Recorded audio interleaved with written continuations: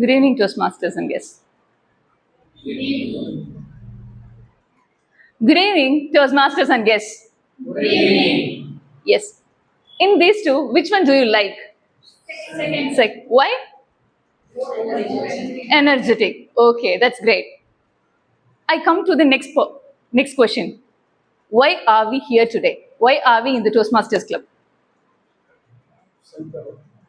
Self-development. Self-development, communication,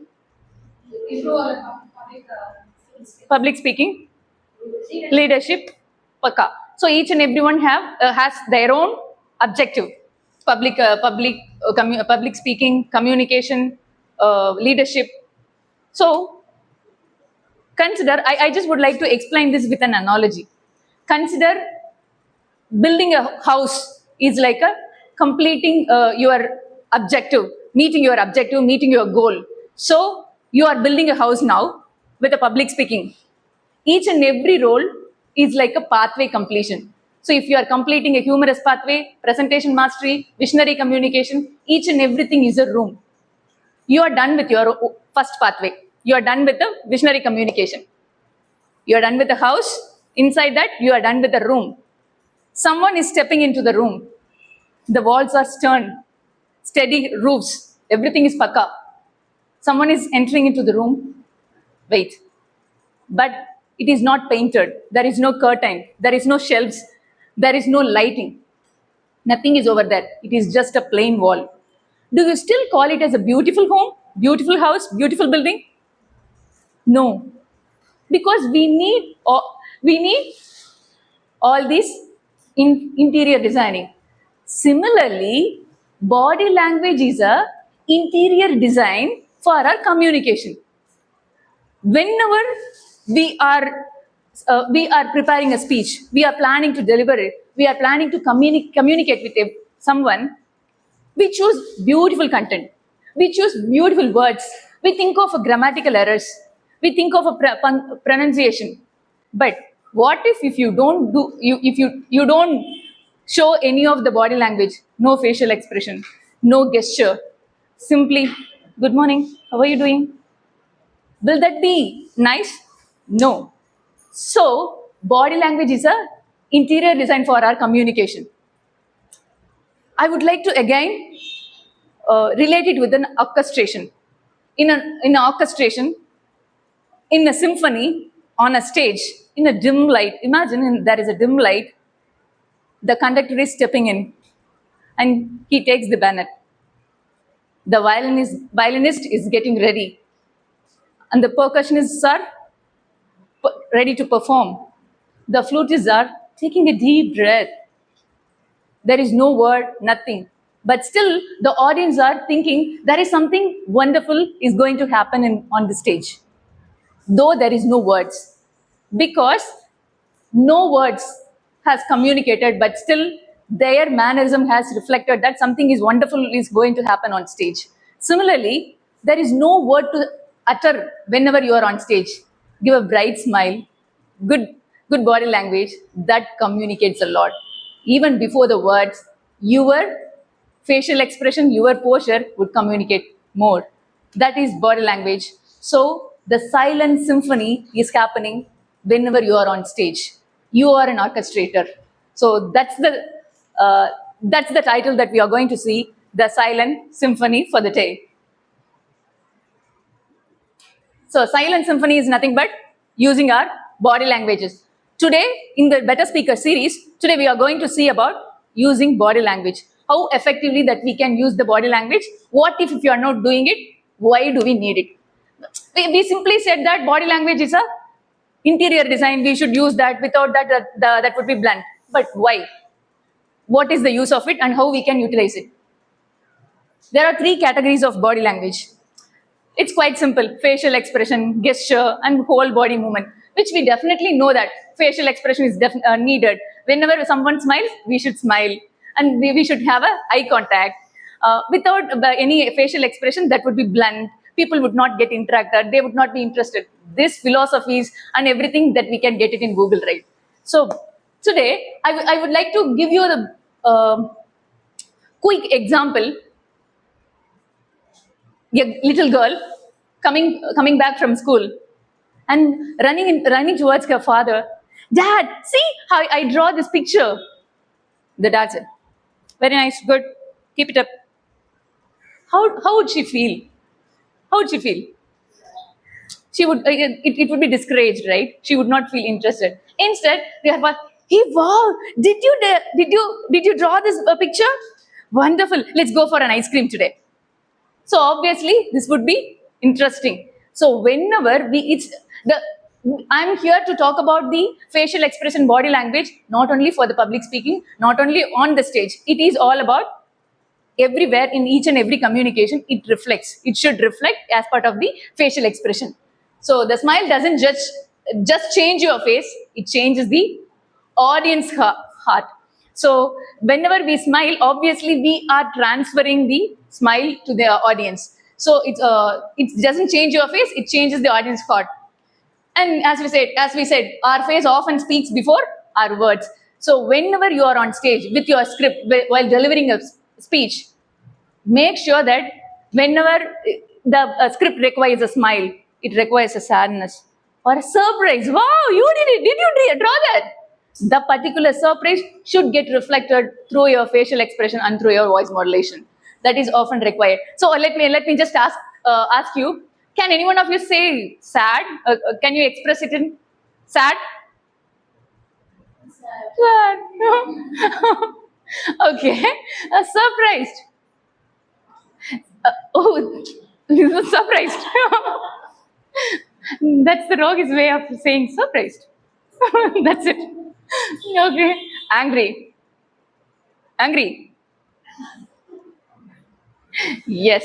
Okay, fine then. So make sure that whenever it requires a facial expression and the respective emotions, keep it on, show it on the stage, and make the expression, communicate it through your expression, and make the people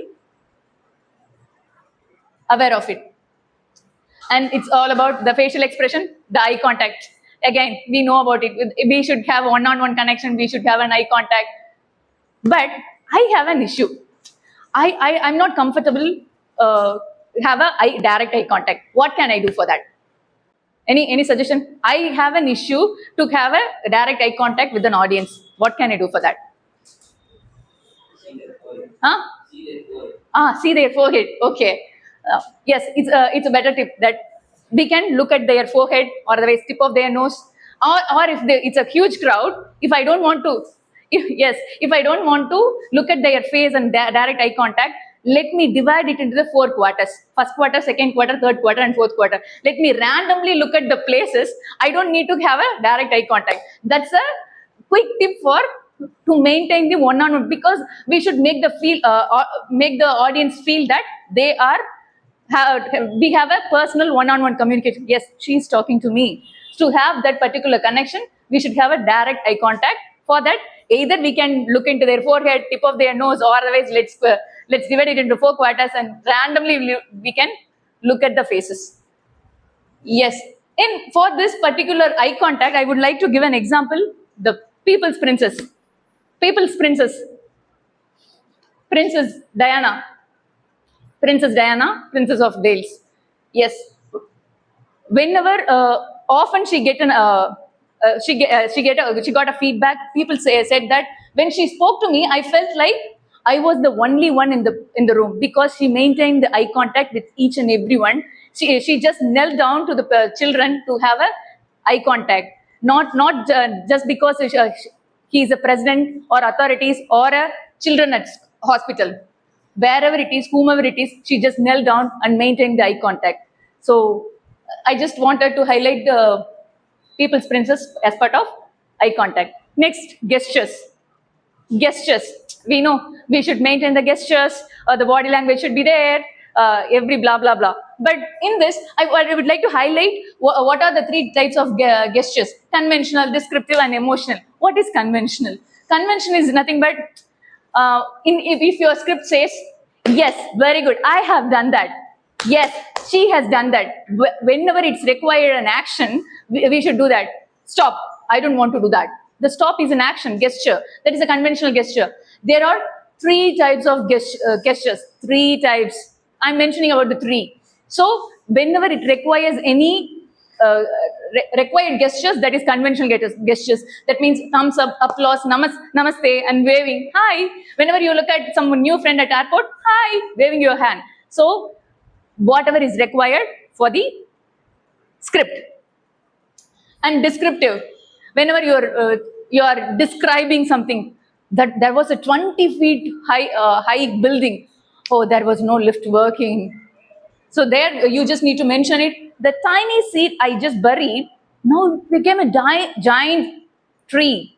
To indicate the shape, there was a circle, there was a round tana in the road. So to mention about the shapes, everything is a description. And emotional one is like a, though my hands were greased, my heart filled with gratitude. So where it's an emotional, my heart filled with an gratitude. So wherever it requires a emotion, there is no difference in this shrugging the shoulder. There is no difference in finding that shrugging the shoulder is a emotional gesture. So conventional, descriptive, and emotional, three gestures. Not necessarily you just need to define about three gestures. Wherever it requires, you just be it natural and authentic. That's more enough. Gestures should support your words, not compete with them. The gestures are just to support with them and not to compete with them. That should be natural outgrowth. Yes. For this gesture, I would like to say an example, because it's a picture from 100th International Century of Sachin Tendulkar. At this time, he just removed his helmet and raised his bat and looked at the sky. Is a simple gesture of being gratitude and relief and achievement. So it's I really like this poster, so I thought of sharing with you as part of gesture. And the next one is very interesting. Just let us be Annapakshi and let us take only the good thing about it, not the evil things or anything. So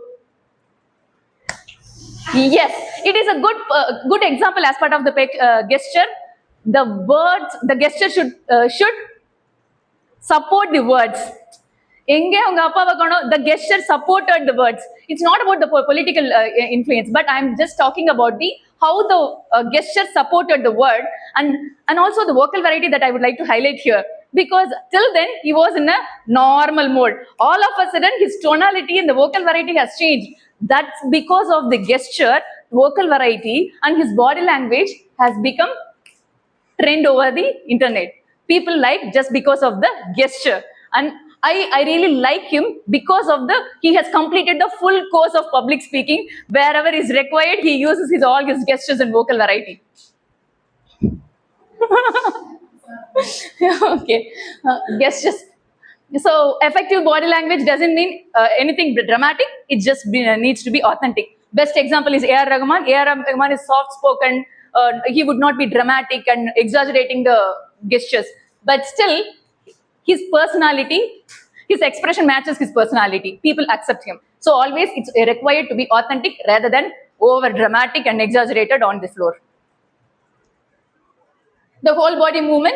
It's whole body movement is nothing but use the stage with purposefully, just like not simply walking and delivering a speech. This would distract the people. Whereas whenever you have a message, step up. If, for example, if you are asking some question, yes, please, what's that? While explaining it, just step back and explain it to people. So simple, whenever you have a message, whenever it is required, the movement should be there. The movement should be purposeful. Move with purpose and move when your message changes. So that is more required as part of the whole body movement. And everything is done. Whole body movement, posture, gestures, eye contact, facial expression. What needs to be done? None other than practice. We know practice makes a man perfect, and nobody is born with a perfect body language. We just need to practice it in front of mirror, video recording, and ask your friends and family for a feedback. That is more help. That is a better way of getting yourself better. And smile genuinely, gesture naturally, move purposefully, and practice more. As with this, let me conclude it that words may inform the mind. Words may inform the mind, but the body language touches the heart. The body language touches the heart. And when your words matches with your body language in a harmony. No more that will be a speech. That will be a performance. That will be a silent harmony, the silent symphony over the stage. I'm just looking for each and everyone to orchestrate on the floor to practice well with all these facial expression and gestures. Over to the TMOD. Thank you.